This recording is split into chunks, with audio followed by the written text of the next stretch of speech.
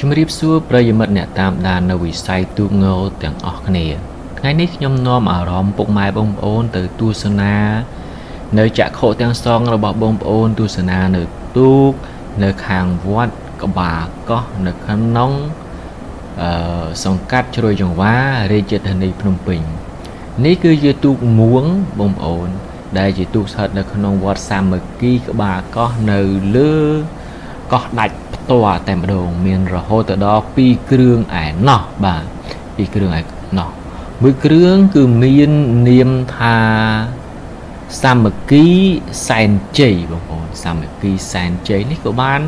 ប្រណាំងនៅមុខវត្តនឹងផ្ទាល់តែម្ដងដែរហើយមួយគ្រឿងនេះវិញនិយាយថាអស់ទោះហើយគំនូកាចអំណាចណាស់បងប្អូនបាទហើយក៏ស្រស់ស្អាតដែរសុទ្ធតែជាទូកមួងនិយាយថាស្រស់ស្អាតមែនទែនទូកមួងឡើងគំនូហើយមើលទៅគឺអំណាចមែនទែនតែម្ដងបងប្អូនអំណាចណាស់ជាទូកស្ថិតនៅក្នុងវត្តសាមគ្គីក្បាលកោះបាទនៅក្នុងខណ្ឌជ្រោយចង្វារាជធានីភ្នំពេញ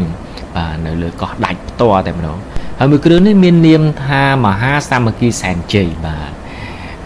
ស្ដាំដៃគឺសាមគ្គីសែនជ័យរីឯឡើងគំនូមើលទៅស្រស់បំប្រងអំបញ្ញមិញហ្នឹងគឺមហាសាមគ្គីសែនជ័យទូកមួងទាំងពីរគ្រឿងនេះហាក់បីដូចជាកំពុងតែសង្ងំខ្លួននៅក្នុងរោងបាទបានចាក់សោបាត់ហើយថតបានតែពីក្រោយរោងពីក្រៅរោងទេបងប្អូនបាទហើយយើងឃើញថាទាំងពីរគ្រឿងនេះគឺស្រស់ស្អាតណាស់ពុកម៉ែបងប្អូនមិនដឹងថាជាសំណប់ចិត្តរបស់ពុកម៉ែបងប្អូននៅខាងណាខាងណីខ្លះទេហើយបងប្អូនមើលគំនូទៅណែកាចណាស់សត្វមកកបាទមានរូបសត្វមកកលំអនៅពីលើរំពេនៃទូកជាវាថារំពេឬក៏បងប្អូនខ្លះហៅថាក្បាលទូកហើយភាសាដែលពីរូបភាសាហ្នឹងគឺរំពេទូកហើយមួយគ្រឿងនេះវិញនិយាយថារំពេហ្នឹងក៏ងើបស្អាតដែរបាទហើយគំនូក៏បានឡើងអីដែរហើយក៏មានអនុស្សាវរីយ៍នៅក្នុងការចែវបាទនៅមុខវត្តក្បាលកោះហ្នឹងម្ដងហើយនិយាយថាមុខវត្តក្បាលកោះហ្នឹងនិយាយថាអស់ទោះហើយបាទស្អាតណាស់មើលទៅស័ក្តិសមជាមួយនឹងវេទិកាទូកងខ្ញុំអត់បានថតបាទបានថតដាក់ជូនពុកម៉ែបងប្អូនទស្សនាថាគេធ្វើរោងតំណងស័ក្តិសមកន្លែងវេទិកាទូកងបងប្អូនបាទហើយ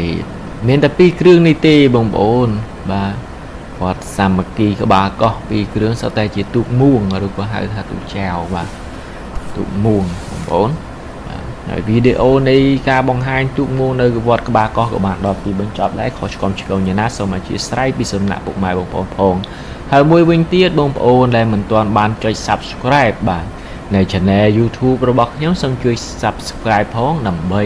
តាមដាននៅវីដេអូទូកងបាទឬក៏ទូកមួងដែលជាវប្បធម៌មរតកដូនតាយើងជាបន្តទៀតបាទ